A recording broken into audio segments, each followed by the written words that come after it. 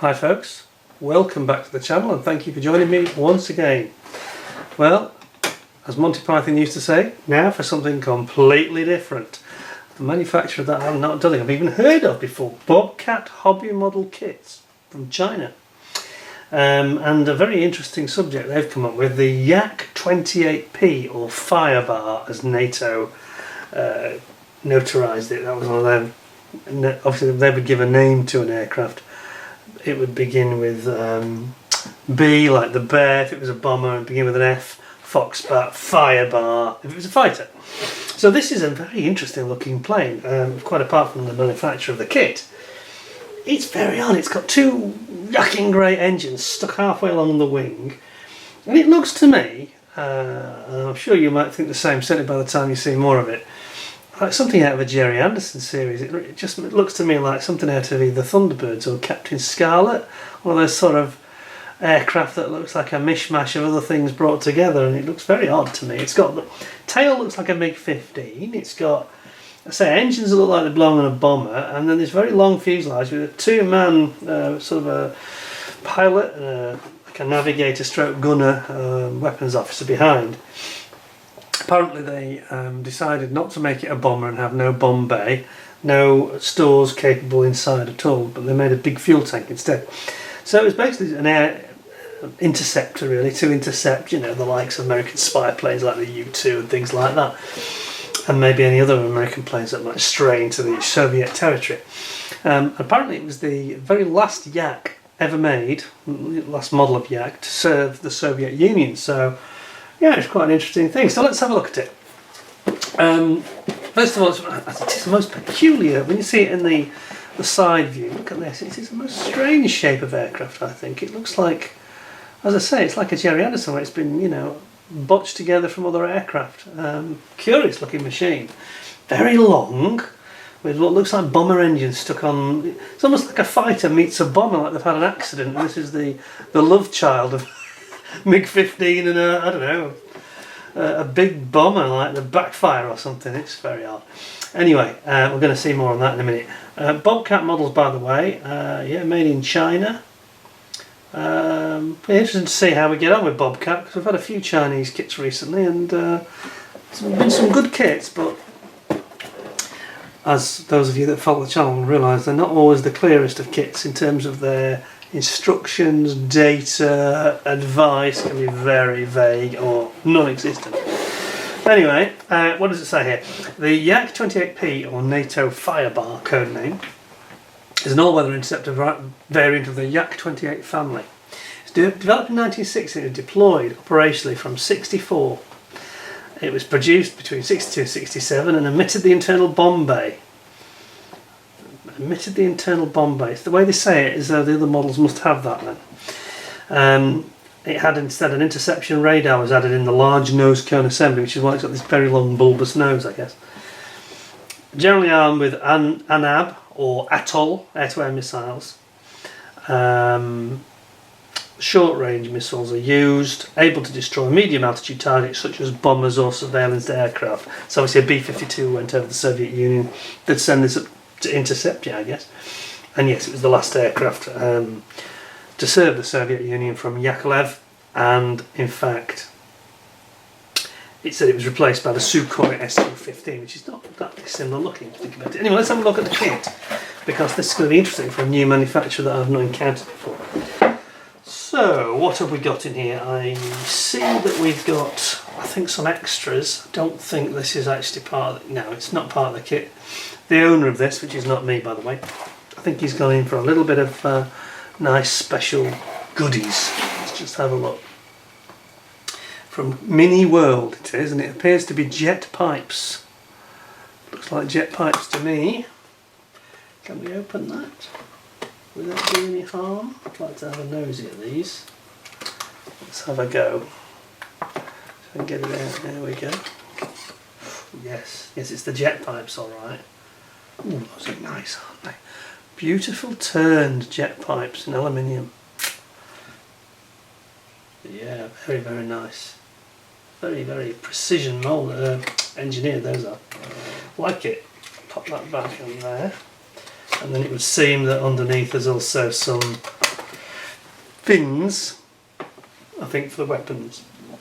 So that's very nice. Put that on one side because it's not strictly part of the kit. Let's see what we have here. And we've got bags that are resealable, so we can have a look at these properly, which is always good. I think there's some more extras hiding underneath here as well. The owner of this one has decided to add a few extras. I'll tell you something, the plastic looks, well, I don't want to prejudge it yet, but the plastic looks good. It looks very thin as well, very precisely moulded, I think. What have we got here? Instructions and some decals. Right, done. Right, now then, I always like to start with decals first, get those out of the way. Nice bright way to start the day, isn't it, with the decals? Well, that's sealed. I'm not going to break the seal, but they look nice decals actually. These are very bright and colourful. They look very sharply printed. Can't see too much carrier film. They are rather nice, aren't they? Quite a few stencils. Actually, maybe I've jumped to conclusions. There is quite a bit of carrier film actually. If you look around this 49 numbers here, you can make out the carrier film. Yes, there it is. Can you see it? Actually, there is quite a big surround. That probably wants a bit of trimming. So maybe me not taking it out of the bag has just kidded me a little bit. Yes, there is. I think they might want to. The decal finishes look good, but I think there's quite a lot of carrier film present here. You might want to go around with the scalpel and just to avoid any silvering. I think you need to do a little bit of trimming. Try and get away from that problem. Anywho, they look nicely printed in fairness, and nice and bright, so yeah, these guys quite an interesting offering. Did you notice, by the way, and you may not have done, in the box art, if you look at it a bit closer, it's not entirely convincing, is it, the box art? I think that that's the model itself that's been superimposed over a photo. In fact, I'm certain of it. It just has that finish of a model. Not maybe the greatest paint job ever done either, to be honest, but yeah, it doesn't look like the real thing. I don't think, perhaps they haven't got a photograph. But anyway, we'll see what Bobcat come up with. It's an interesting name, isn't it? So we can put that so it doesn't fall over. There we go. So, instructions. Yes, I think that's the same model that I've just referred to that's on the artwork. It's worries me that slightly. It reminds me of the Humbrol ownership of Airfix, where they used to show the kit on the front finish kit. They looked terrible, didn't they? They had somebody who obviously wasn't a very experienced modeller building them. Of course today Airfix have got a couple of guys, I won't name them, but people that are quite well known and they're quite good modellers today. No problems like that, and they have great artwork as well. Anyway, I have to say it's very strange because there's no name at the top, there's no title in English. Here we go, yeah, China again. Nothing saying Bobcat, nothing saying it's the SU-28, it's just in the text down here. So, okay, here we go. Sorry, also, before I just open that up, the owner here has got some nice flexible masks for the canopy. Nice oh, that's supposed to be open. It seems to be open. If I look at it then if it is. Yeah, I guess it's open. Strange. Is that resealable? Not sure how that's happened. That seems to be just split at the bottom. So I'll zoom in then, as it's clearly open anyway. You can see here that we've got some rather nice Eduard photo etch set. Look at that. It's got your engines, the blades for the engine. They look nice, don't they? Ooh, yes, quite like those. Look at that. Don't have to blind the camera too much. And there's several sort of, looks like the fuel tanks. Quite a lot of detail there. They're always good, aren't they, these? They really are. Excellent. The trick with these is gluing them up. You have to use quite a bit of Cyano, super glue, which doesn't really agree with me, I have to say. They've also got an instrument set from Eduard. That's nice too, isn't it? Look at that. Oh yes, beautiful. Really nice instruments. Yes, that's a great addition to the kit. Anyway, back to the kit itself, I think. So I think that's got the extras out of the way. So let's have a look at these instructions and see if we can understand them. based on my other recent Chinese instructions, which doesn't bode well. Let's have a look. Oh, maybe not. So you open up, you've got your sprue map, so to speak, sprue trees. And that's a good thing, putting it at the beginning, which is where you need it. Then it's got advice of your colour guide. So you've got Mr. Hobby Tamiya on Model Master, which again is pretty good, you know, that's a couple of the ones that people will probably use. And then it just launches straight into it. Not sure how else it's going to show on the camera, but starts off with your instrumentation and your stick for the pilot. Then you're building up his ejector seat. Let's hope this one doesn't eject down, eh? Like that, the bomber that we looked at the other week. What was it? I'm trying to remember the name of it now. Not the backfire. The Tupolev, Tu-22. Yeah, yeah. That was a grim thing with the downward firing ejector seats. Not recommended. Anyway, we've got. You build up your cockpit sides, you've got your instrumentation going in here, then you bring in the two seats, then you're building your wheel well at the front. That looks quite nice actually. It looks quite nice. It's very faint though, the way they've printed it. Again, the Chinese seem to be insisting on trying to save money on instructions. It's starting to annoy me this, because it's not one manufacturer, it's not one model, it's a trend that they've got into. That they just don't bother to print it particularly well. It's not overly contrasty, you know. No, Airfix and Revell do this so much better, and the Chinese are lagging behind in this area, so they're doing a good subject, but they've really got to up their game on the instructions. It's just every Chinese kit now comes out like this. But anyway, let's hope that the clarity looks okay actually in terms of what you stick and where, better than some of the other ones that we've had. You've got two sides of the fuselage there, and then you build up your engine with your the back of the engine is with the afterburner ring and the nozzles. Now these fins, I think, are the ones that we saw. They were the aftermarket resin ones, so it must be the engine, I think. Intake. Yes, it is. Intake? Yes, intake. Yeah, and you can see the engine being built up there. It's almost like a torpedo shape, isn't it? Isn't that? Interesting. Then we've got, so this is the nacelle. It looks like it's the actual, I describe it as the cockpit sides. It's not, it's the engine nacelles. They're so big and long that it's easy to confuse the two, quite frankly. And because it doesn't tell you, and there's no writing to give you any indication of what it is, you can end up starting to think you should be sticking your ejector seats in the engines. But anyway, okay, so here we got, give them the due, you know, fair dues. They are showing it left side, right side. They're giving you clear instruction, in fairness. Just the lack of any descriptive English that's not helping. But as somebody said to me in the comments a couple of weeks ago, perhaps that's better to have no English than Chinglish that completely makes no sense and completely misleads you to do things. Anyway, then we're building up the wing. You've got one big section at the top of the wing, and then you've got this like two sections either side of the nacelle. Then we're on to bringing that all together. The nacelles coming into the wing. There's like a support structure that goes to actually locate the engine nacelles in there. And this is where it starts looking like Captain Scarlet, you know. These big engines stuck out on the wing, okay.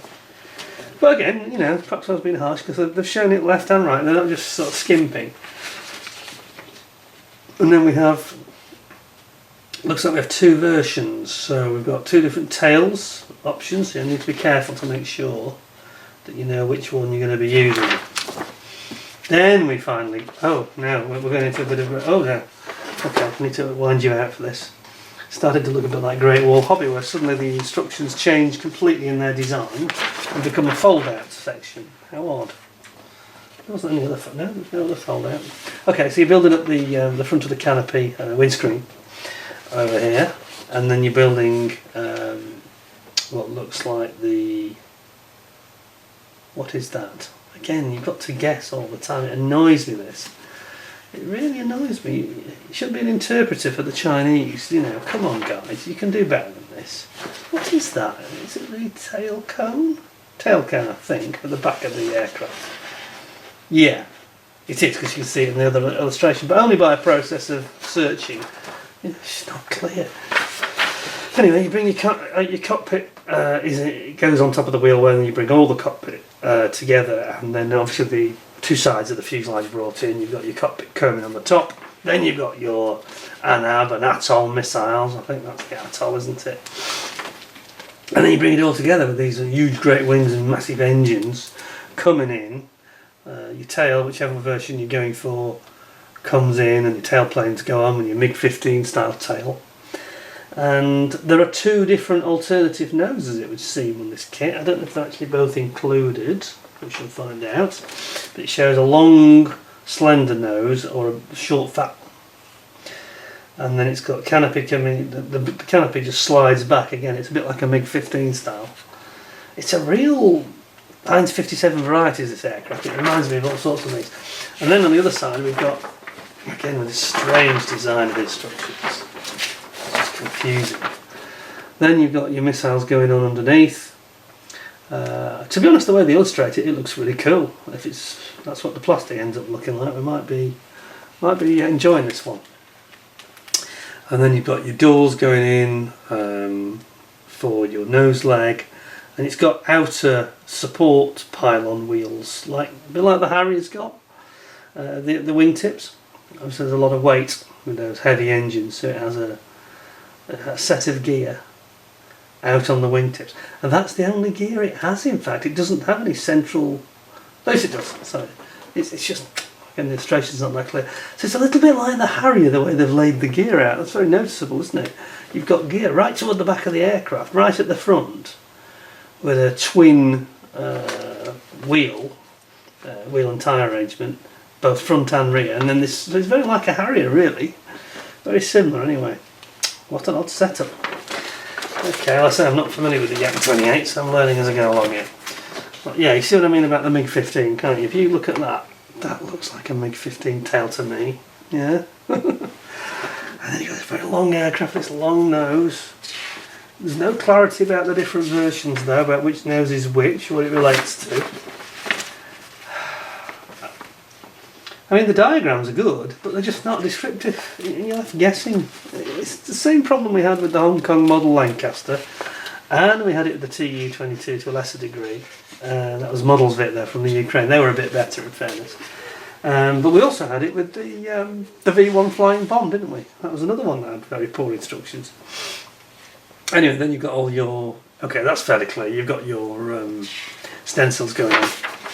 And then this is the view from the front. And it does look like Captain Scarlet, doesn't it? It's a rum-looking aircraft. It's several things rolled into one. And there's several different versions. So there's 1, 2, 3, 4, 5, 6 different versions there. And another 6 on the other side as well. Okay. So you get 12 variants. That's why there's quite a lot of decals, I guess. And then this is what it looks like when it's sitting on the ground. What a strange stance it has. Very tail heavy looking, sitting back on a short rear gear. Peculiar aeroplane, isn't it? Very unusual to the eye. And then we have the view of the model. Yeah, it'd be nice to have some photographs of the real aircraft. Well, there is one there. There is one there. I think that's the real thing, isn't it? Or is it? Not so sure now. I'm not convinced. Okay, well, here we go again. You know, there's some great kits coming out of China, good kits, but they have got the most appalling instructions. You know, and they're just copying each other, going to the lowest common denominator. It's almost like a race to the bottom. Who can produce the cheapest, nastiest instructions? They're not that bad, but they're not going to. You look at them and you think, what they're trying to do. They're not communicating clearly.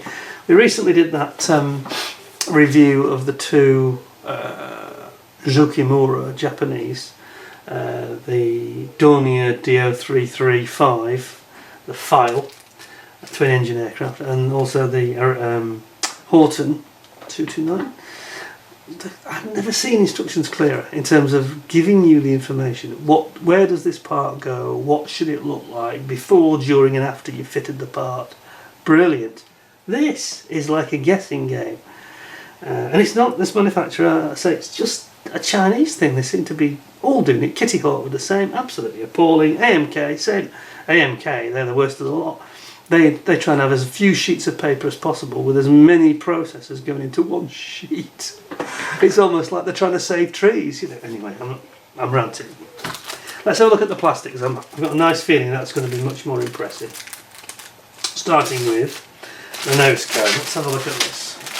Is that the only nose cone? Because again, this was the thing. One of the things that was very. No, there are two. Okay. So, tell you what we'll do. These are resealable. So I'm sure we can open these. I'm going to do this trick of making sure I don't have any more problems with the resealable like I had last week when I couldn't get anything back in the bags. So here's the two nose variants. Yeah, I won't actually take that out of the bag because it seems to be quite sealed up. But look, you can see we've got a short one that's fat and a one that's about 50% longer. So obviously there's two variants, but it doesn't explain it very well. It doesn't tell you which is which for what reason. I don't know. I'd suggest with any of these Chinese kits that you really study the instructions very, very carefully, because they're not going to be straightforward. You can't go rushing at them, because you're just going to get yourself into a mess, because they're not communicating to you what the hell you're supposed to do. Okay. Anyway, well, the plastic looks. This is like some of the other recent kits. The plastic looks gorgeous. Actually, it's going to make up for some of this stupid instructions I'm moaning about. Look at this. I think this is going to be a joy to look at. Now, first thing I notice is how thin it looks. Very thin up to the light. You can see the light through it, so they've got some very accurate moulding going on here. Instrument panel. There it is. That's nice, isn't it? Yes. And then we've got, this is the tail cone that we finally sort of managed to work out by a process of elimination. Coving for the front. Then you've got these various different versions of the tail, but look at the, whoops, be careful, they don't seem very secure. There's a lot of thin moulding going on here, it's a little bit delicate. Look at the surface quality. Panel lines are excellent, very scale-like, very scale-like. I did notice on that V1 flying bomb the other day that I think that was for a 1/72nd scale. I think they had things like the rivets totally out of scale. I didn't make a big fuss about it at the time, but no, they weren't right. They were like 48 scale rivets on a 72nd scale plane. But there's not that problem here. This is really nice. There's little hatches, there's rivets, access panels, all beautifully rendered. And then we've got the cockpit here. You've got some very nicely moulded jet pipes. All the fluting in them, that's really nice. A couple of pylons, we've got the ejector seats here. What else we got? A couple of aerials. Oh, some more instruments here, look. There. Also very nice. Complete with the actual needles on the dials. Can you see that? That's really, really good. I'm very impressed with that actually. That sprue has impressed me. It's making up for the horror of the instructions, quite frankly. Try and get that back in nice and gentle. I get the feeling that they're quite delicate, these sprues. Delicate indeed. Put that one back in there like so. There we are. That one's good to go. Now, what's next? As mentioned, they're very delicate. Well, there's no doubt about that. There are several parts in this kit that seem to be AWOL from the actual 1, 2, 3, 4, 5. At least 4 pieces there that are off the sprue, but let's have a look.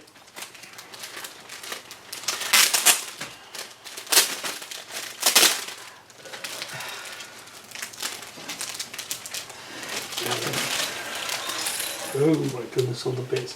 So these are the parts that are the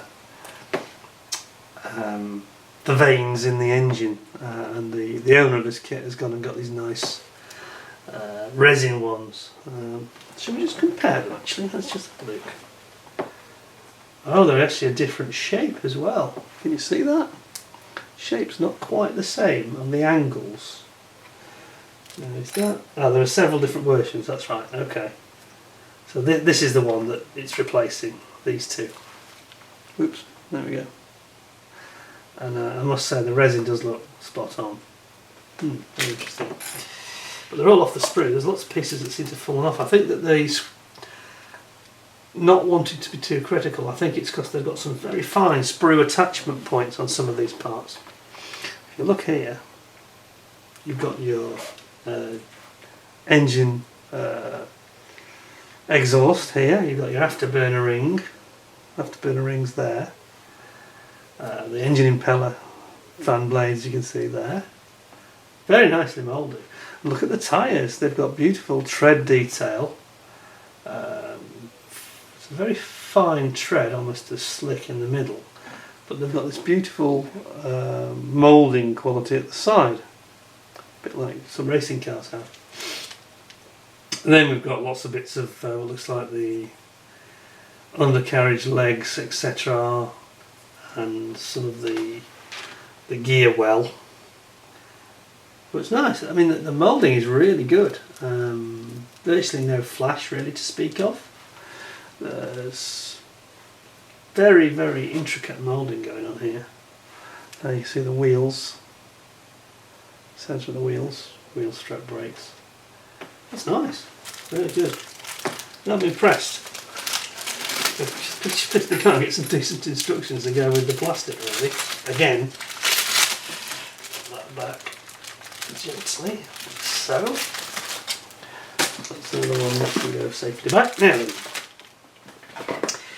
what have we here? These pieces, clear parts over there. Sorry, I need to zoom you out, sorry about that. Now then, gentle, gentle.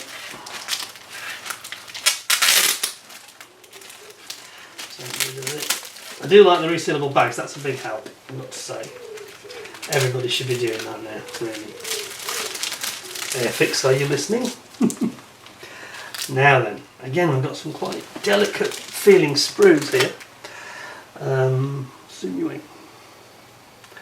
So here we've got the air-to-air missiles. Sure which one that is actually, I think it might be the Atoll. And then you've got your, what looks like the underside here of the fuselage. So you don't end up with the seam down the middle, you've got is it the underside or is it the top? Yeah, it's the underside, I'm right. Yeah, they're avoiding having a seam by having a complete section that just keys in to the centre. Nice sprue, again lots of detail. That's the rudder there, isn't it, for the here. That's the rudder. And again, beautiful detail. Very fine, accurate looking little rivets, panel lines, spot on. There's an air-to-air missile, looks awfully like a sidewinder that, doesn't it? It really does, looks like it's been ripped off really. A copy. Nice sprue, very good. I like that. It's growing on me, this kit, even though it's a very weirdly presented and strange concept as aircraft go. Getting to the really big sprues now, it's going to zoom you out. Right, put it all light. What have we here? My goodness, the fuselage, and there's all different. Well, it's the fuselage and it's the engine nacelles, which are so big, as I said in the instructions. Looks like a fuselage, doesn't it, for a jet at 72nd scale? Massive things, absolutely huge. But the detailing is really exquisite. Look at the sort of pan lines on this fuselage here.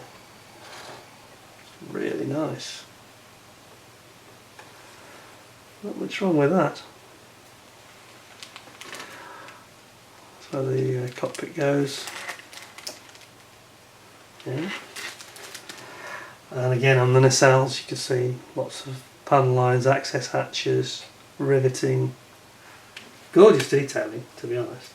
Quite like the way they've got this like a little spar here for you to plug in your wings, help locate them properly. Looks quite sturdy, doesn't it? It's nice. It's nice. It really does. I'm quite impressed actually. Well, that's nice too. Yeah, I think the Chinese are great at moulding. It's just and creating the tooling. They just need to up the presentation a lot.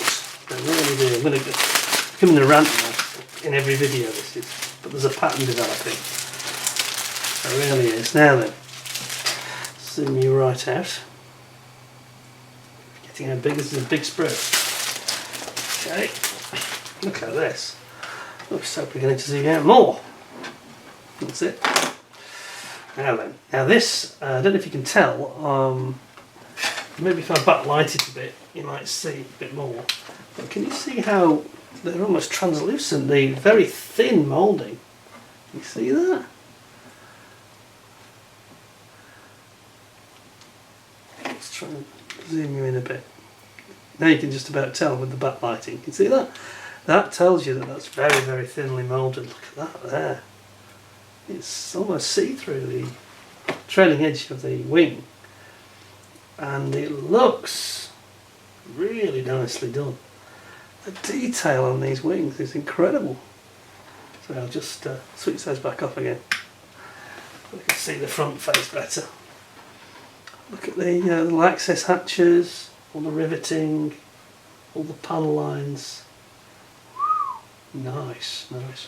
Here's your Hawker Harrier style wingtip underneath where the little support, what do they call them, trestles is it? Those little outboard wheels. That's really nice. Again, you can see there's a, there's a bit of weakness in the sprue. You've got to be gentle with these sprues because they're obviously golfing. See it? Be very careful. But it's so nicely moulded, it's just exquisite moulding.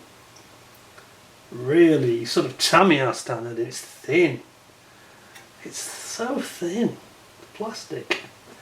It's not warped, it's not like, you know, the Meng triplane. I know I bang on about it, but with good reason. This is beautifully moulded. Very, very high precision. Look at the tail planes here. You've got a couple of hatches here, maybe, I don't know if it's for reconnaissance cameras or something like that. Here's the outrigger wheels we just spoke about. Can you see that? Zoom you in a bit. There they are. Gotcha. So very like a Harrier, isn't it? These outriggers support the weight at the wingtip. It's really nice. And what have we got here? We've got some flaps. Whoops. Where am I? Lost. Got lost here. Flaps. Same on this side, flaps.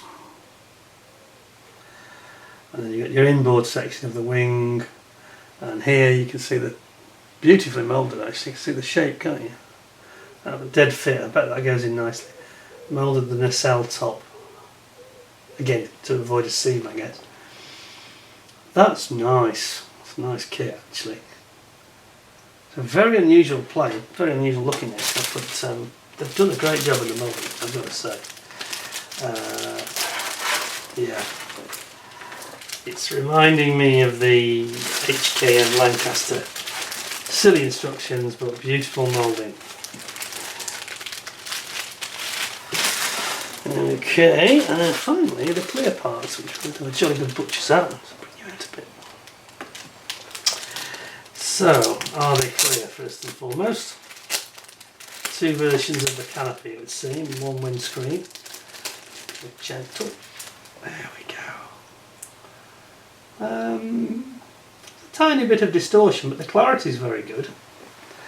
You see that? Very sort of bright, sparkly, clear, transparent polystyrene, but a little bit of yeah, a bit of wobble, shall we say, in the. One's got a centre seam, and I don't think it's a moulding seam. I think it's supposed to be there. This one at the top. That's supposed to be there. The other version hasn't got one. Interestingly, it's just plain, nothing. How odd. and you've got your little windscreen, which looks very nice actually. Again, a little bit of distortion. I don't know if you can pick that up. You see this distortion? Not quite true, is it? Yeah, not quite Tamiya quality there, but it's good, you know. I don't think there's any problems there really. As long as it goes together and the shape is right, we should be okay. So, actually, I am going to say that apart from the god-awful artwork of showing a photograph of the model by the look of it, looks like this was done by an 8-year-old, doesn't it? But actually I'm very impressed. I'm very impressed with that. I think that, I'm not sure what this retails for, I've got a feeling it's about 40 odd pounds, 40, 50 pounds, something like that. I don't think that this artwork sells it particularly well. I think it's better than that image that creates in my mind. Bit of a dodgy paint job. Not the greatest, is it, that? Bit humble airfix, 1987 style, I'd say. But actually, if you can live with the god-awful lacking in clarity instructions, I really like that kit. I think the moulding quality is really exquisite. I shall watch out for Bobcat Model Company. Bobcat Hobby Model Kits, they call themselves. I'm going to watch out for that because I'd like to see what else they produce. That's really an exquisitely conceived kit. An interesting subject, you know, from the Soviet Union. Yeah, I'm going to give it 8.5 out of 10. It would have been probably close to 10 if they just got some half decent instructions. I'm not going to harp on, but they just really let it down. The kit itself, the plastic's brilliant. I can't really fault it, you know. I mean, the resin and the plastic parts are not that different, really. It's a beauty. It's a beauty. And I'm sure that you could probably do a better paint job than they've done on that version that's on the artwork. So there you go. So I'm going to give it 8.7 out of 10. I don't normally split, but there you go. A very interesting subject. Hope you'll give me 10 out of 10 with a thumbs up if you don't mind. Please keep your eyes peeled for more reviews coming up soon, and don't forget to subscribe to the channel if you haven't already. If you are a subscriber, then don't forget to ding the notification bell so you'll get instant early warning of any upcoming reviews that we've got in the pipeline. And we've got 3 or 4 interesting ones. I think if any of you are interested in the Cold War and Cold War jets in particular, I think you should stay tuned in the next few weeks because we've got some interesting stuff coming through. Some quite in-depth reviews, I think, and a bit of history as well, which you might find interesting.